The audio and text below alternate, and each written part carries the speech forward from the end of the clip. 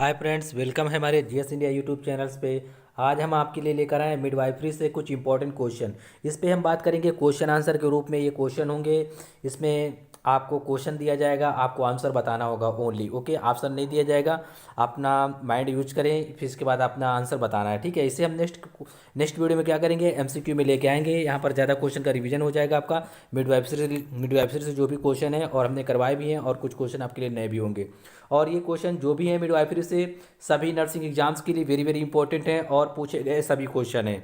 आप यहाँ पर देख सकते हैं, ये सभी नर्सिंग एग्जाम्स के लिए ऑल स्टेट से जितने भी नर्सिंग एग्जाम्स होते हैं, ANM, JNM, staff nurse, CHO, MPPP, VFM, MP NHM, Bihar NHM, Haryana NHM, UP NHMs, PGI, AIIMS nursing, all state army nursing, CRPF nursing, BFUHS and MPSW, all exams जितने भी होते हैं नर्सिंग स्टाफ से, सभी में मिडवाइफरी से रिलेटेड बहुत सारे क्वेश्चन पूछे जाते हैं। इसलिए ये टॉपिक काफ़ी इंपॉर्टेंट होता है। चलिए इसमें बात करेंगे हम क्वेश्चन आंसर के रूप में। चलिए क्वेश्चन नंबर 1 है, आप पढ़ लें, आपकी स्क्रीन पर दिया गया है, और अगर अपना आंसर बताना चाहते हैं तो बता सकते हैं आप। क्वेश्चन नंबर फर्स्ट है आपकी स्क्रीन पर।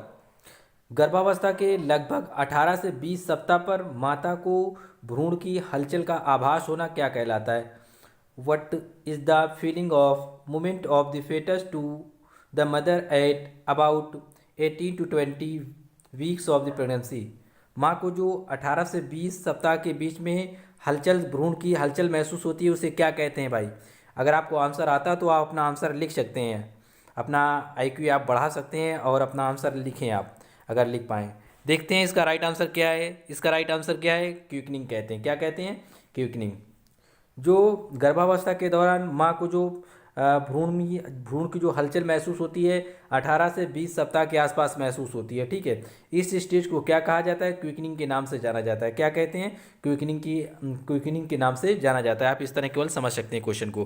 क्वेश्चन नंबर हमारा 2, आप पढ़ लें, अगर आपको आंसर आता हो तो आप लिख सकते हैं अपना आंसर, वरना कोई बात नहीं है, आप केवल वीडियो को देख लें। इसे हम एमसीक्यू में नेक्स्ट वीडियो में लेके आएंगे। यहाँ आप जब सॉल्व कर लेंगे तो एमसीक्यू में आपको लगाने में काफ़ी आसानी होगी और अच्छा महसूस होगा आपको। क्वेश्चन नंबर 2 पे एक पुरुष में ये लिखा है, स्पर्मेटोगोनिया से एक परिपक्व स्पर्मेटोजोआ बनने में लगभग कितना समय लगता है? How many days does it take for a male to develop a mature spermatozoa from the spermatogonia से?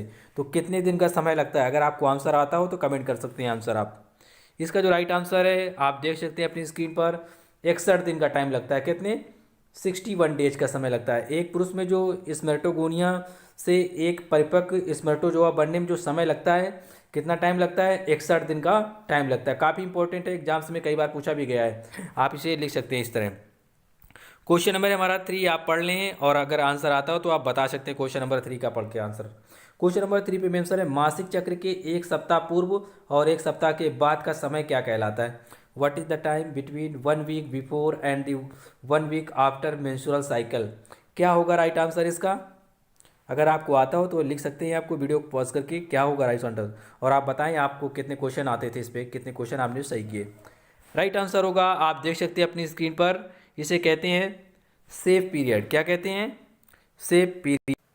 सेफ पीरियड के नाम से जाना जाता है। मासिक चक्र के एक सप्ताह का जो पूर्व का समय होता है, पूर्व मतलब पहले का समय, और एक सप्ताह के बाद का समय एमसीके, उसे सेफ पीरियड के नाम से जाना जाता है। आपको पता होगा सेफ पीरियड क्या होता है। ओके, नेक्स्ट वीडियो में एमसीक्यू में अच्छे डिटेल से समझाएंगे आपको। यहाँ केवल आप समझ लें ताकि क्वेश्चन किस प्रकार से हम एमसीक्यू में रखेंगे। ओके, क्वेश्चन नंबर 4 है, प्रसव की प्रथम अवस्था को और क्या कहा जाता है? यहाँ पर लिख लें, प्रथम जो प्रसव की प्रथम स्टेज होती है उसे और क्या कहा जाता है? What is the first stage of the delivery? यहाँ पर लिखें, प्रसव की प्रथम अवस्था को और क्या कहा जाता है? तो क्वेश्चन पढ़ लें आप, what is the first stage of the delivery called? क्या कहा जाता है? राइट आंसर है इसका, आप देख सकते हैं, सर्विकल स्टेज के नाम से उसे जाना जाता है। कौन सी स्टेज? सर्विकल स्टेज कहा जाता है। प्रसव की जो प्रथम अवस्था होती है उसे सर्विकल स्टेज के नाम से भी जाना जाता है। आप इस तरह स्पेलिंग लिख सकते हैं, यह सर्विकल अवस्था भी कहा जाता है इसे। Okay, cervical state. क्वेश्चन है हमारा 5, पढ़ लें, यहाँ पढ़ लें क्वेश्चन नंबर 5, और अपना अगर आंसर आता हो तो बता सकते हैं क्वेश्चन पढ़ने के बाद। यदि कोई माँ प्रथम बार गर्भवती हुई है तो उसे क्या कहा जाता है? If a mother is pregnant for the first time, what is called? मैंने कई बार बताया, इसे क्या कहा जाता है? राइट आंसर होगा यहाँ पर आप देख सकते हैं प्राइमी ग्रेविडा के नाम से जाना जाता है। अगर कोई भी महिला या कोई भी माँ पहली बार प्रेग्नेंट होती है तो उसे क्या कहा जाता है? कोई भी महिला जब पहली बार प्रेग्नेंट होती है, गर्भवती होती है, तो उसे प्राइमी ग्रेविडा के नाम से जाना जाता है। जो भी हिंदी मीडियम से हैं उसे इसी तरह लिख लें तो ज़्यादा अच्छा होगा, ठीक है। प्राइमी, ये लिखा है प्रीमी ग्रेविडा कहा जाता है। अगर लिखना चाहें तो आप लिख सकते हैं प्रीमी, इस तरह ग्रेविडा, आप इस तरह लिख सकते हैं प्रेमी ग्रेविडा, एक साथ लिखना है आपको, ठीक है। लेकिन इंग्लिश में याद करेंगे तो ज़्यादा अच्छा होगा आपके लिए। क्वेश्चन नंबर है हमारा 6। क्वेश्चन नंबर 6 आप पढ़ सकते हैं अपनी स्क्रीन पर, अगर आंसर आता हो तो बता सकते हैं। सामान्य प्रसव क्या कहलाता है? What is the normal delivery, क्या कहेंगे उसे? नॉर्मल जब डिलीवरी होती है तो उसे क्या कहते हैं भाई? राइट आंसर होगा यहाँ पर यूटेशिया के नाम से उसे जाना जाता है। क्या? यूटेशिया। जब नॉर्मल डिलीवरी हो जाती है तो उसे यूटेशिया कहा जाता है। यहाँ पर इंग्लिश में डिस्क्राइब है, आप पढ़ सकते हैं। यूटेशिया डिस्क्राइब द नॉर्मल लेबर या चाइल्ड बर्थ। जब नॉर्मल लेबर हो जाएगा या चाइल्ड बर्थ, बच्चे का जन्म नॉर्मल हो जाता है तो उसे क्या कहते हैं? यूटेशिया एक टर्म्स होता है, ये कहा जाता है। आप क्वेश्चन टू आंसर अच्छे से याद कर लें और लिख लें आप, ताकि एमसीक्यू में आपको कोई प्रॉब्लम नहीं होगी और अच्छे से आपको आ जाएंगे, रट जाएंगे एकदम।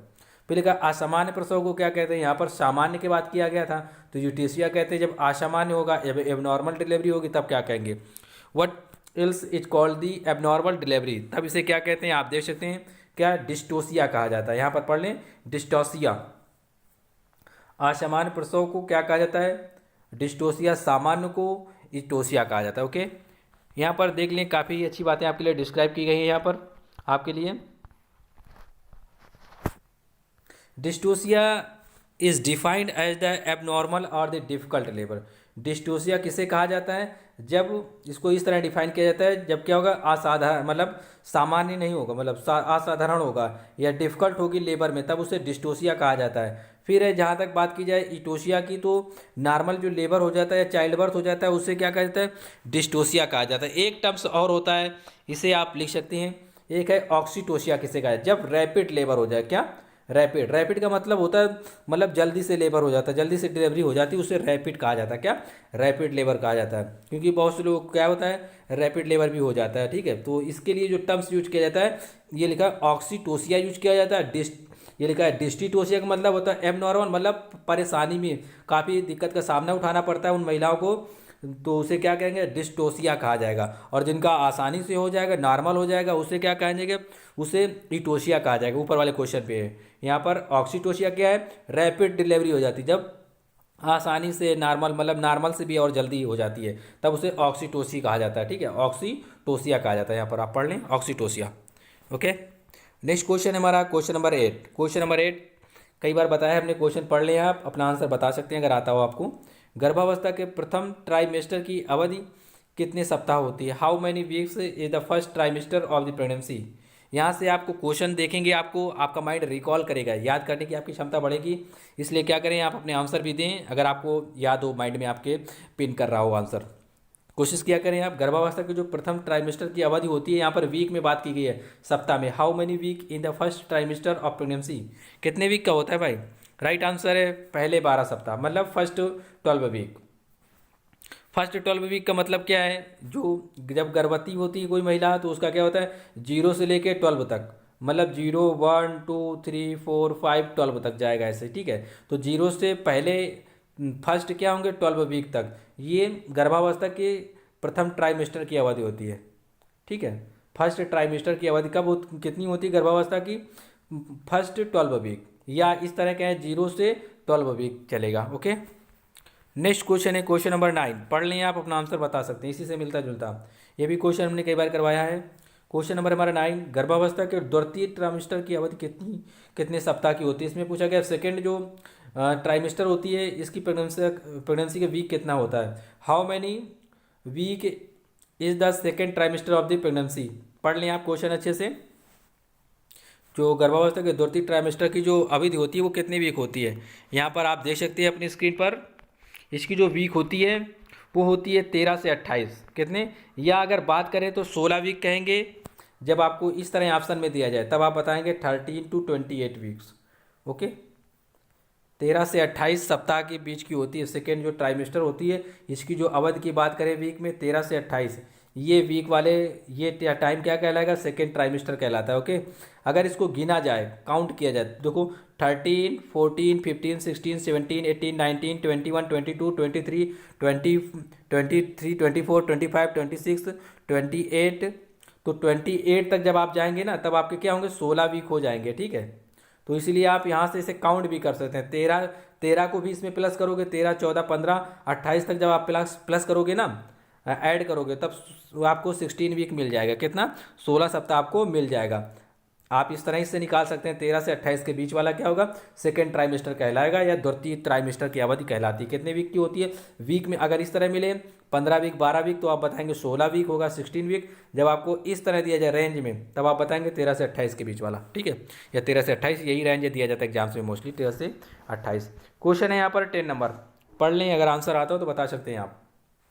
गर्भावस्था की आप याद करें, आप अपना रिकॉल करें कि क्या आपको याद है क्वेश्चन का आंसर। देखिए क्वेश्चन नंबर 10, गर्भावस्था के तृतीय ट्राइमेस्टर की अवधि कितनी होती है। थर्ड ट्राइमेस्टर की यहाँ पर अवधि पूछी गई है। How many week is the third trimester of the pregnancy, कितना होता है भाई। इसका जो होता है यहाँ पर आप देख लें, 12 वीक, अगर वीक में बात करेंगे तो 12 सप्ताह होगा, मतलब 29 से 40 सप्ताह के बीच वाला होगा। 29 टू 40 वीक्स, 29 टू 40 वीक्स का जो टाइम होता है ना, ये वाला कहलाता है थर्ड ट्राइमेस्टर। कौन सा, थर्ड ट्राइमेस्टर। अगर 29 को प्लस करो, 29, 30, 30 के बाद फिर आप 31, 32, 33, इसी तरह आप 40 तक जब प्लस करेंगे ना, तो 12 सप्ताह आपको मिलेगा ऐड करने से। 29, 30, 31, 32, 33, 34, 35, 36, 37, 38, 39, 40, जो इनके बीच का जो टाइम आएगा वो 12 वीक आएगा। जब भी आंसर इस तरह पूछा जाए तो आप बताएंगे 12 वीक। ठीक है, लेकिन एक बात ध्यान रखना है, जब पूछ लिया गर्भावस्था के प्रथम ट्राइमेस्टर की अवधि कितनी होती है, तब कहेंगे 12 वीक। क्या कहेंगे, 12 वीक, लेकिन वो पहले वाले 12 वीक। ठीक है, जब इस तरह रेंज में दिया जाएगा तब। लेकिन मोस्टली ये रेंज में दिया जाता है कि थर्ड ट्राइमेस्टर का जो वीक होता है वो 29 से 40 वीक होता है। कितना, 29 से 40 सप्ताह का होता है। लेकिन जब इनको काउंट करके लाएंगे तो ये 12 वीक हो जाएंगे लास्ट वाले। ठीक है, मिडिल वाले या लास्ट वाले। क्वेश्चन है यहाँ पर, पढ़ लें आप 11 नंबर। 11 नंबर पे क्वेश्चन मेंशन है, काफ़ी अच्छा क्वेश्चन है। प्रसव की किस अवस्था में माँ एवं बच्चे का ऑब्जर्वेशन किया जाता है। At what stage of the delivery is observation of mother and care done. क्या होगा राइट आंसर इसका, कौन सी स्टेज में किया जाता है भाई। इसका जो राइट आंसर होता है, ऑप्शन तो नहीं दिया गया यहाँ पर, आप चतुर्थ अवस्था समझ सकते हैं। क्या, फोर्थ स्टेज में किया जाता है। प्रसव की किस अवस्था में माँ और बच्चे का ऑब्जर्वेशन किया जाता है। माँ और बच्चे का जो निगरानी किया जाता है, परीक्षा या ऑब्जर्वेशन का मतलब होता है उसे देखभाल की जाती है या निगरानी की जाती है, वो चतुर्थ अवस्था में की जाती है। कौन सी, चतुर्थ अवस्था में, फोर्थ स्टेज में। इस तरह आप समझ सकते हैं यहाँ से।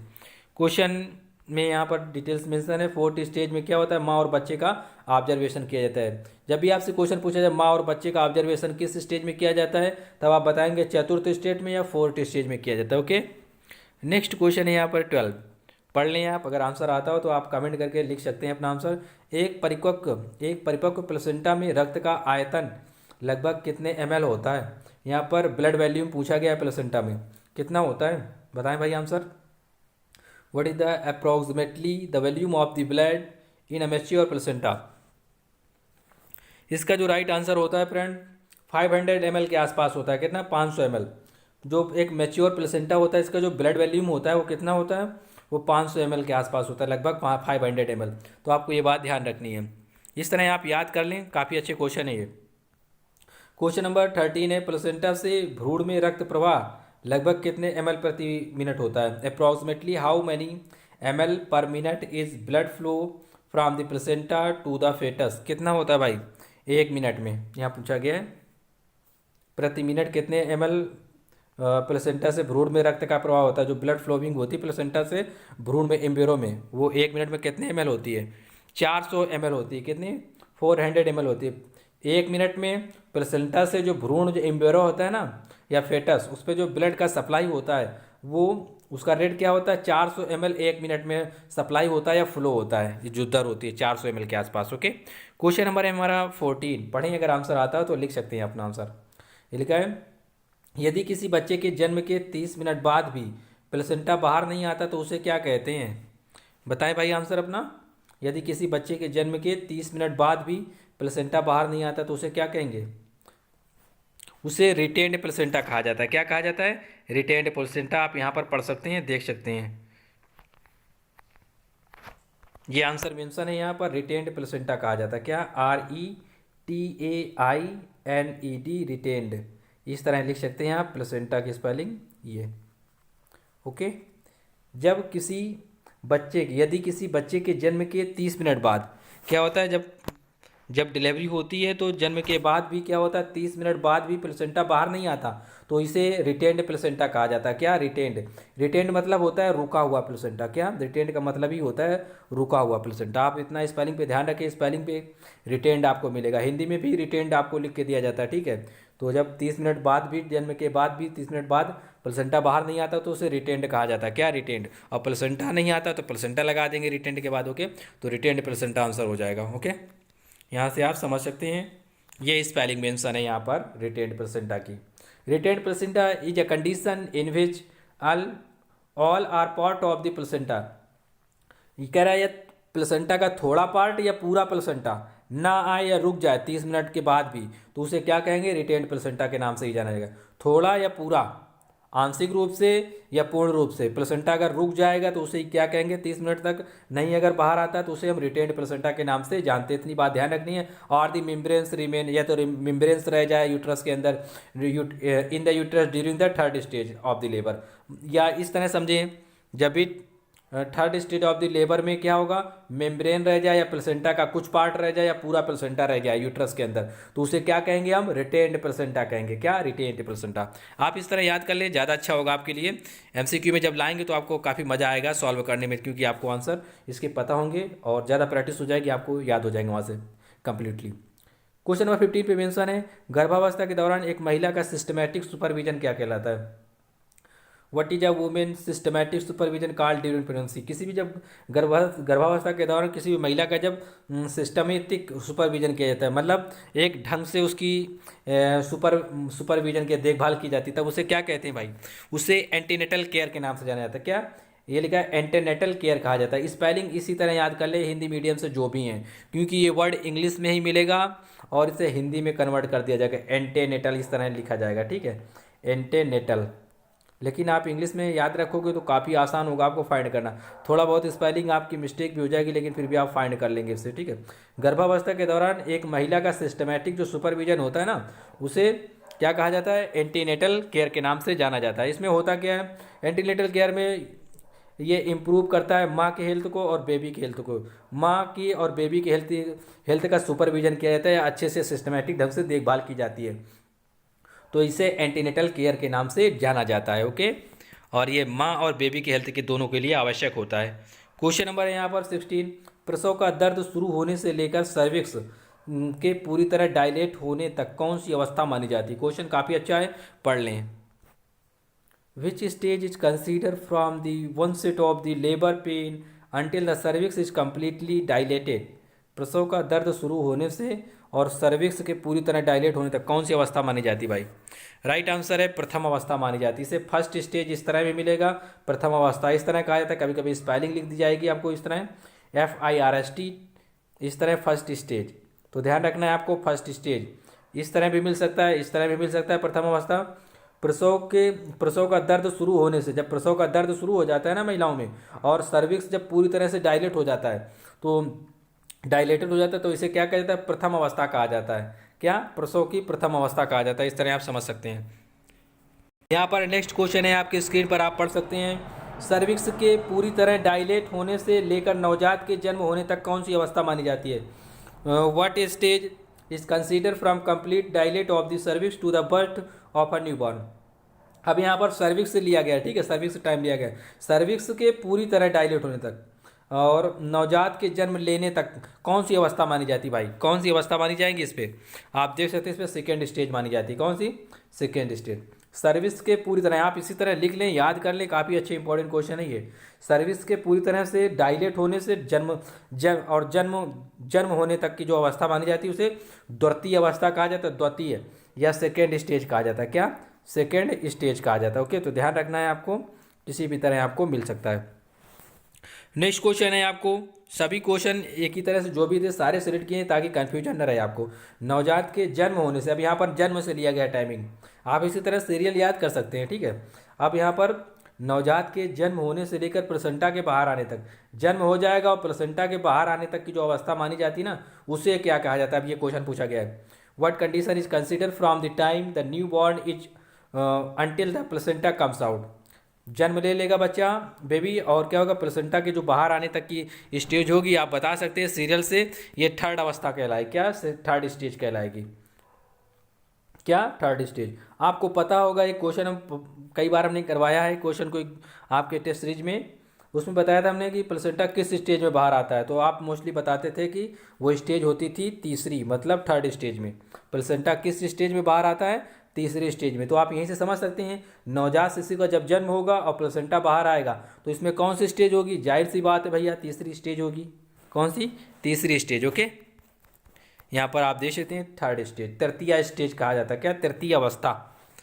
क्वेश्चन नंबर है 19, पढ़ लें आप, अगर आंसर आता हो तो लिख सकते हैं। प्रसव की किस अवस्था में माँ एवं बच्चे का ऑब्जर्वेशन किया जाता है। क्वेश्चन उसी तरह है, देख ले।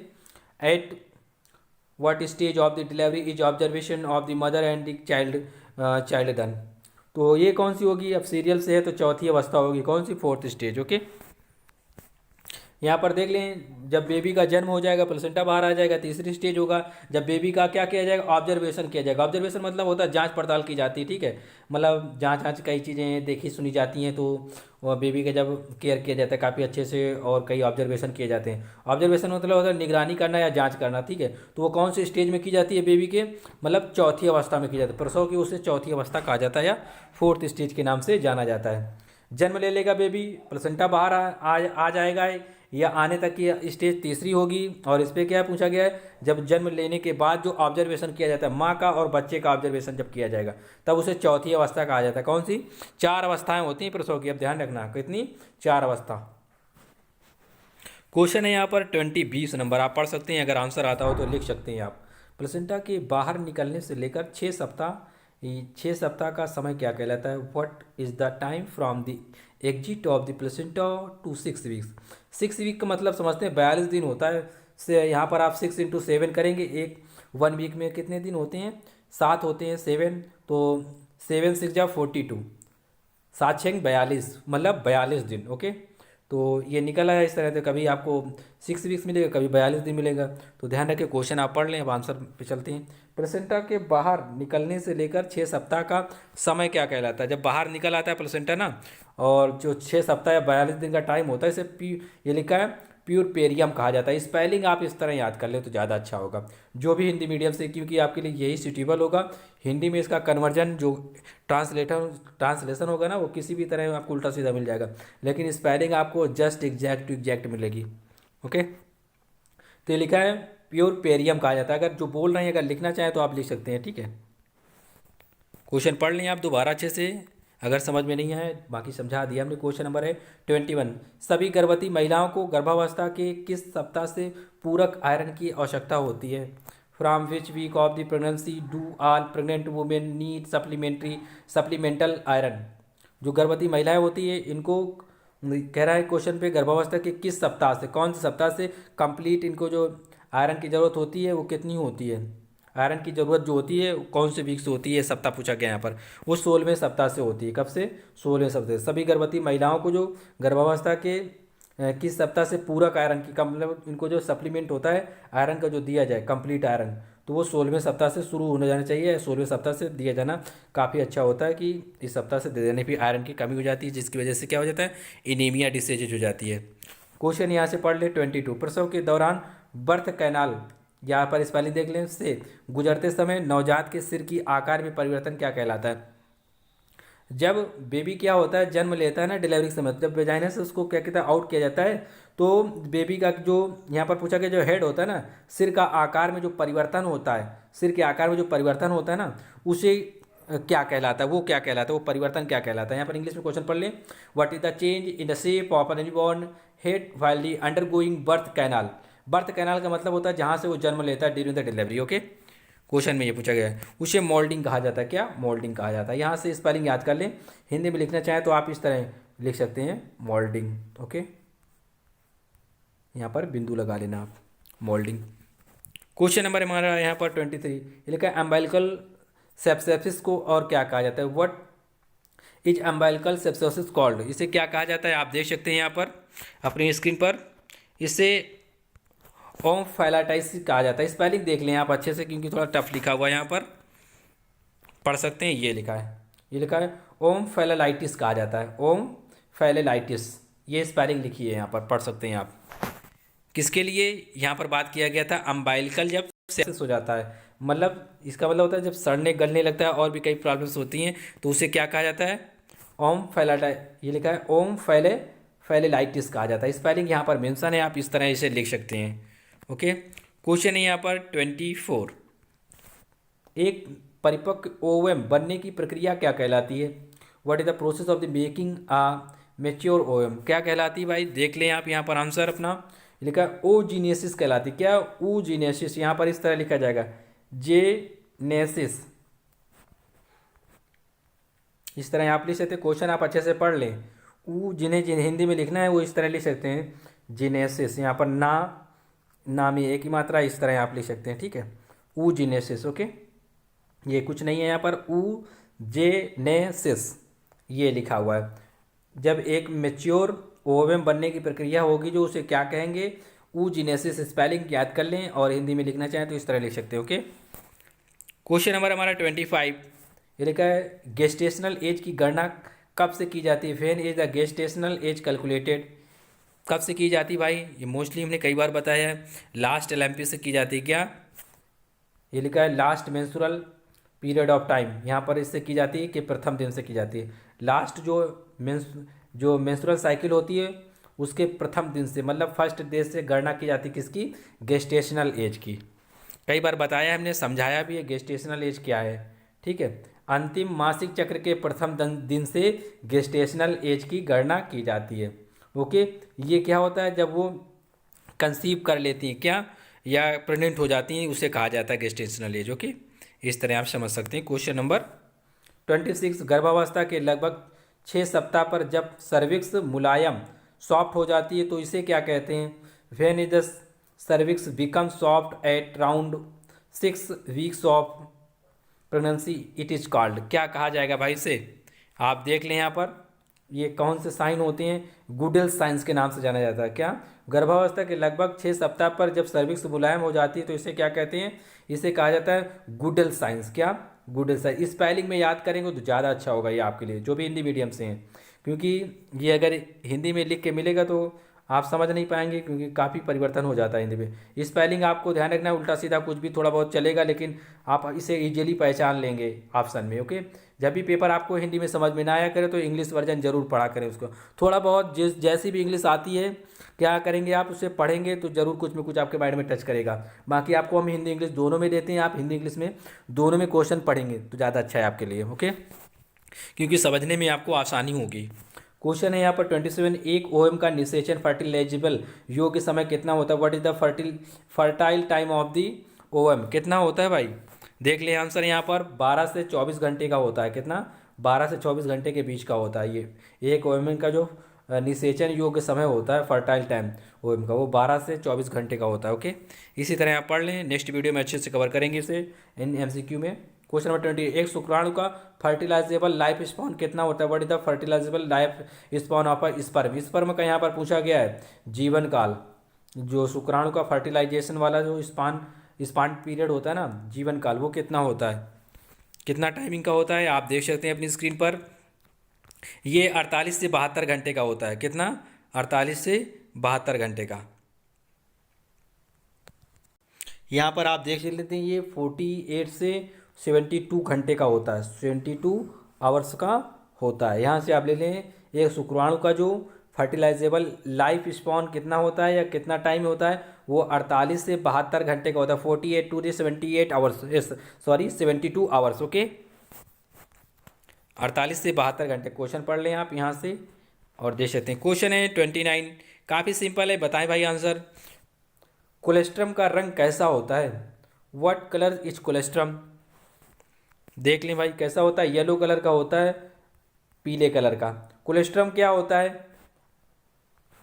कोलेस्ट्रम जो माँ का जो दूध होता है, जो पहली बार जब वो क्या होता है सिक्रेटेड होता है तो वो किस कलर का होता है, इस उसी को कोलेस्ट्रम कहा जाता है। और ये कलर जो होता है वो स्लाइटली येलो होता है, या यूं कहें हल्का सा पीले कलर का होता है या येलो कलर का होता है। आप इस तरह समझ सकते हैं क्वेश्चन को। क्वेश्चन है यहाँ पर 30 में पूछा गया कोलेस्ट्रम की प्रकृति कैसी होती है, what is the nature of the colostrum, मतलब उसका स्वाद मतलब कैसा होता है, नेचर कैसा होता है। वो क्षारी होता है, बेसिस होता है, कैसा बेसिक होता है, इस तरह से, या एल्कैली या बेसिक कहेंगे उसे। कोलेस्ट्रम की जो प्रकृति होती है, नेचर कैसा होता है, टेस्ट में कैसा होता है, वो क्षारी होता है। ओके। क्वेश्चन है यहाँ पर 31, मिस्ड एबॉर्शन को और किस नाम से जाना जाता है, by what name do you know missed abortion, क्या होगा इसका राइट आंसर। अगर आता हो तो आप लिख सकते हैं इसे कमेंट बॉक्स में। राइट आंसर है इसका साइलेंट एबॉर्शन कहा जाता है। क्या, साइलेंट एबॉर्शन, इस तरह लिख सकते हैं, या साइलेंट गर्भपात भी कहा जाता है। क्या, साइलेंट गर्भपात। तो यहाँ से आप लिख लें मिस्ड एबॉर्शन को साइलेंट एबॉर्शन, हिंदी इंग्लिश दोनों में लिख लेना, ठीक है। नेक्स्ट है यहाँ पर 32 पे मेंशन है, क्वेश्चन पढ़ लें आप।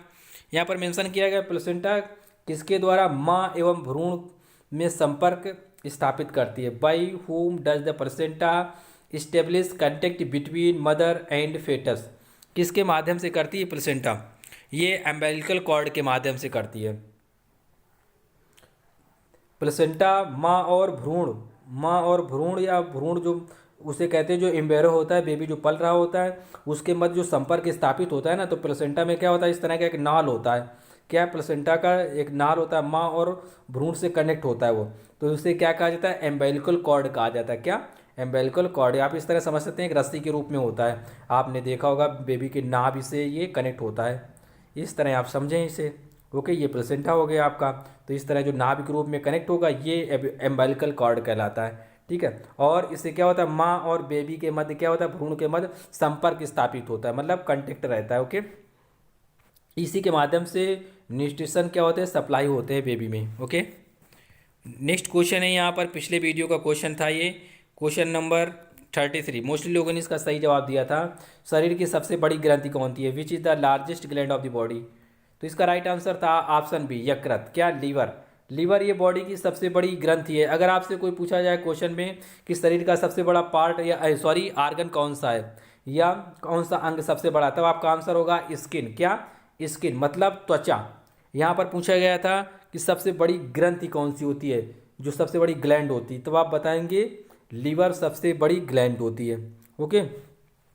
अगर आपसे पूछ लिया जाए एग्जाम्स में कि सबसे छोटी ग्लैंड कौन सी होती है, तब आप क्या बताएंगे, पीनियल ग्लैंड। अगर पीनियल ऑप्शन में नहीं होगा तब आपका क्या होगा, पीयूष ग्रंथि होगा। कौन सा, पीयूष ग्रंथि, जिसे पिट्यूटरी ग्लैंड के नाम से भी जाना जाता है। Pituitary gland also known as the master gland. Okay, और इसे मास्टर ग्लैंड भी कहा जाता है, किसे, पिट्यूटरी ग्लैंड को। ये सभी दोनों ग्लैंडें कहाँ होती है, पीनियल और जो पीयूष होती है जिसे पिट्यूटरी कहा जाता है, दोनों मस्तिष्क में स्थित होती है, मतलब ब्रेन में। ओके। नेक्स्ट क्वेश्चन है यहाँ पर, आप पढ़ लें, क्वेश्चन नंबर है 34। ये आपके लिए क्वेश्चन है, आपको बताना होगा इसका आंसर।